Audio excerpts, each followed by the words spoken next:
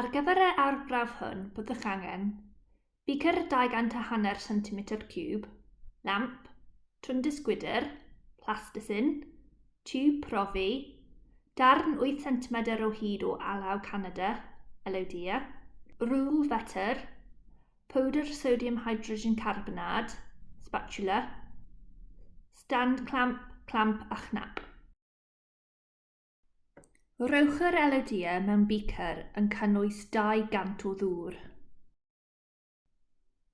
Ychwanegwch 1 spatula o sodium hydrogen carbonad at y dŵr.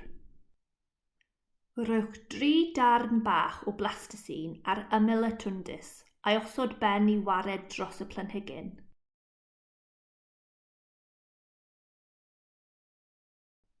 Llenwch tiwb profi a dŵr a rhowch y tiwb profi yn ofalus dros ben y twndys gyda'r pen o dan y dŵr.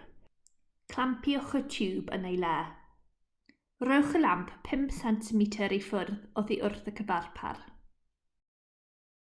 Dechreuwch y stopwatch a chofnodwch nifer ysgwigod ocsigen sy'n cael ei cynhyrchu mewn munud.